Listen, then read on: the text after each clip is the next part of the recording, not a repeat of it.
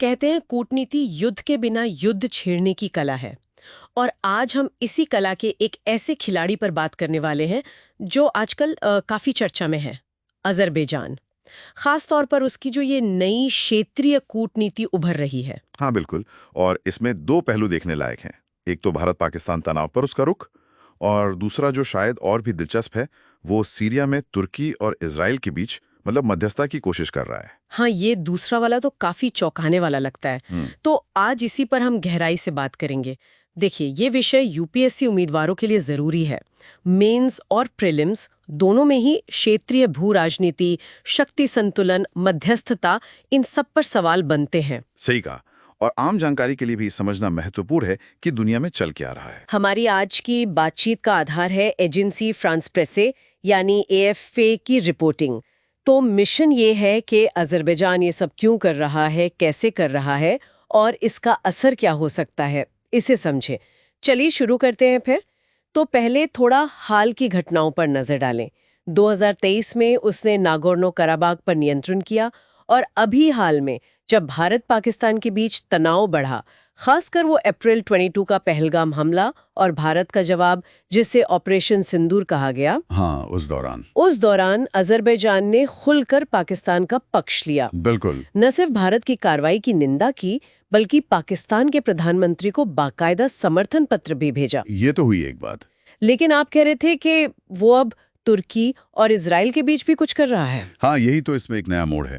देखिए, पाकिस्तान का समर्थन करना अपनी जगह है, लेकिन अब वो सीरिया के बेहद पेचीदा मामले में तुर्की और इजराइल जैसे दो बड़े और आजकल एक दूसरे से काफी नाराज देशों के बीच तनाव कम करने की कोशिश में लगा है। लेकिन ये हो कैसे रहा है? मतलब तुर्की और इजराइल के रिश्ते तो खासकर अभी बहुत ही खराब दौर से गुजर रहे हैं। आपने बिल्कुल सही पकड़ा। यही अजरबैजान की खास स्थिति काम आती है। उसके दोनों ही देशों से बहुत गहरे संबंध हैं।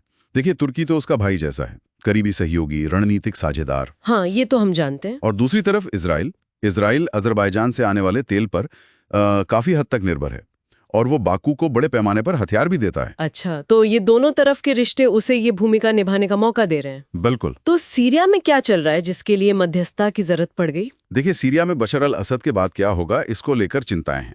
इजराइल को डर है कि नई सीरियाई सत्ता, जिसे वो जिहादी समझता है, उस तक कई खतरनाक हथियार न पहुंच जाएं। इसलिए वो सीरिया के अंदर हमले भी कर रहा है, और उसे ये भी डर है कि कहीं तुर्की सीरिया को अपना प्रभाव क्षेत्र न बना ले। और तुर्की की क्या चिंता है? तुर्की की अपनी चिंताएं हैं, खासकर उत्तरी सीरिया में कुर्द लड़ाकों जैसे गुटों को लेके। वो दमिश्क के आसपास अपनी मौजूदगी बनाए रखना चाहता है।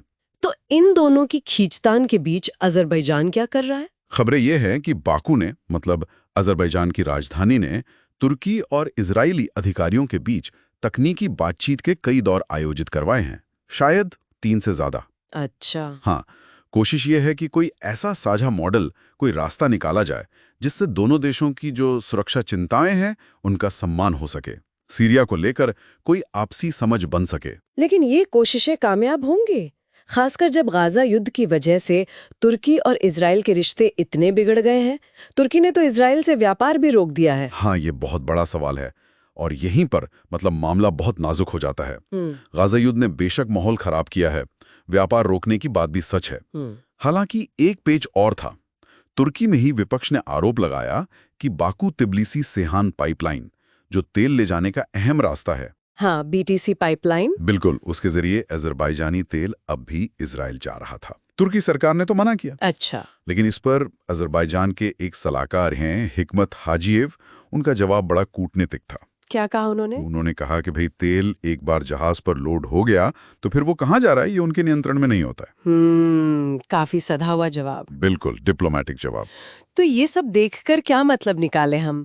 अजरबैजान क्या करने की कोशिश कर रहा है? देखिए, साफ है कि कराबख युद्ध में जीत के बाद अजरबैजान अब इस क्षेत्र में एक ज्यादा सक्रिय भूमिका निभाना चाहता है। वो अपने दो सबसे अहम सहयोगियों तुर्की और इजराइल को सीधे टकराव से बचाने की एक, कह सकते हैं, बहुत ही नाजुक कोशिश कर रहा है। हाँ, ये तो है। ये उसकी बढ़ती क्षेत्रीय ताकत और प्रभाव का संकेत है, खासकर क्योंकि वो तेल और गैस वाला देश है।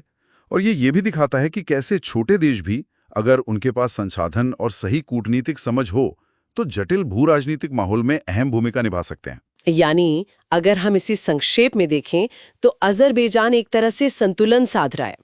एक तरफ वो पाकिस्तान का साथ दे रहा है हाँ, और दूसरी तरफ तुर्की और इजराइल जैसे मतलब आपस में उलझे हुए देशों के बीच मध्यस्थता की कोशिश कर रहा है। हाँ, ये काफी मिलीजुली विदेश नीति है। बिल्कुल। और ये हमें एक बड़े सवाल पर लाकर खड़ा करता है क्या सवाल? कि क्या अजरबैजान जैसे देश जो बड़ी ताकतों के बीच हैं, लेकिन जिनके पास अपने खास रिश्ते और संसाधन हैं, क्या वो वाकई बड़ी शक्तियों के बीच तनाव कम करने और क्षेत्रीय स्थिरता लाने में कामयाब हो सकते हैं? ये सोचने वाली बात है। इस विश्लेषण पर आपके क्या विचार हैं, हमें नीचे कमेंट्स में जरूर बताइएगा। और अगर ये जानकारी आपको उपयोगी लगी हो तो इसे लाइक करें और हमारे चैनल को सब्सक्राइब करना न भूलें।